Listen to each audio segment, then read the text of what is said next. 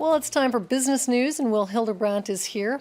And we begin with a message of confidence from some of the world's biggest economies, despite worrying signs. Yeah, that's right. This might be in their best interest to put up a united front, but we don't know how valid their claims are. These are the so-called BRICS countries. These are a block of developing economies that include Brazil, Russia, India, China, and South Africa. They met in Goa, India, over the weekend to discuss some of the challenges they face together. Now, they agreed to work closer together and strengthen business ties. Together, the group accounts for half of the world's population and nearly 25% of global economic output.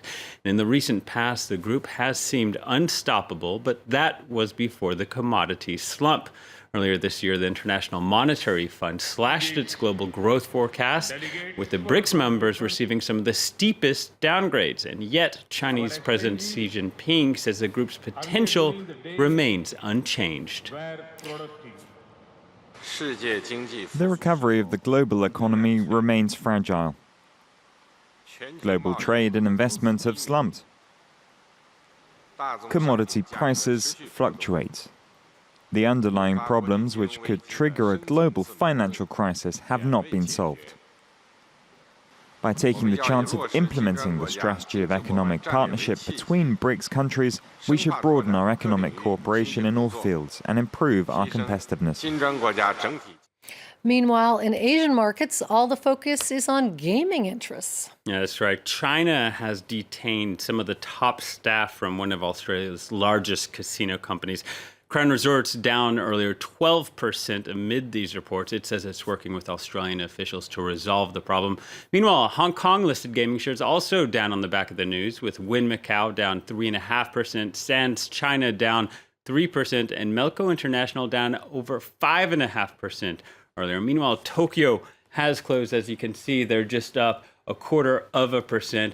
Hang Seng currently the only index in Asia down in the red. And Britain's Environment Secretary Andrea Leadsom is encouraging young people in Britain to take up farming, a knockoff effect from Britain's decision to leave the European Union. Yeah, if we can imagine many of these migrant workers coming from other countries into the UK, one reason was because of the strong British pound. But as we've seen since the Brexit vote, the pound has weakened. That scared off some of the foreigner workers, but also the idea that they might be less welcome in a new climate as UK moves to leave the EU. Claire Williams explains. For 18 years, this Polish migrant worker has spent the harvest season picking apples and hops at Stocks Farm in southwest England. Next year, though, he's thinking about going to Germany. I have to think that it is a time which may change me and my colleagues as well, that I would have to basically give up and then do the service for someone else.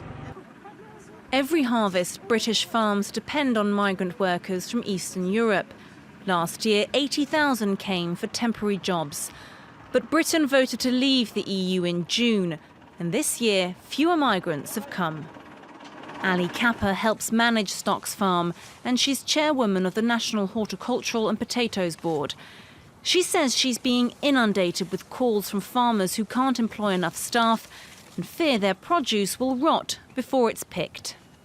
Unfortunately, it's sent out a very negative message to parts of Europe, meaning that often people are now feeling that they're not welcome to come, that they may not be safe when they come here.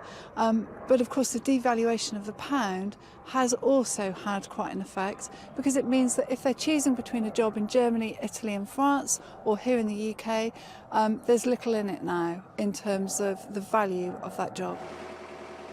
The Farmers' Union wants assurance from the British government that EU nationals working permanently in the industry be allowed to stay. But with EU workers likely to be put off by a weak pound, the Farmers' Union is also pushing for a farm work permit scheme for non-EU migrants. Let's take a quick look now at some of the other business headlines of this day. Spain says it will miss its budget deficit target for next year. It forecasts a deficit of 3.6% of GDP rather than its previous aim of 3.1%. The Eurozone's fourth largest economy has only just emerged from 6 years of recession, but it's been mired in political deadlock. And 2 months ago, Madrid narrowly avoided being fined from the EU for repeated breaches of budget rules. Shareholders have approved Italy's biggest bank merger in nearly a decade, this between Banco Popolare and Banca Popolare di Milano. The government has encouraged Italy's weaker banks to shore up their finances. The country's banks are burdened by 360 billion euros of bad debt, sluggish economic growth, and low interest rates. And over the weekend, airlines in Australia, Asia, and Europe have banned Samsung's Galaxy Note 7 phone over risk the device could catch fire. Last week, U.S. Airlines made a similar move. The South Korean tech giant has recalled around 2.5 million phones in September after complaints of exploding batteries. Samsung has since stopped production of its flagship phone. That's it. I'll be back in an hour with more business. Thank you for all that business news, Will Hildebrandt.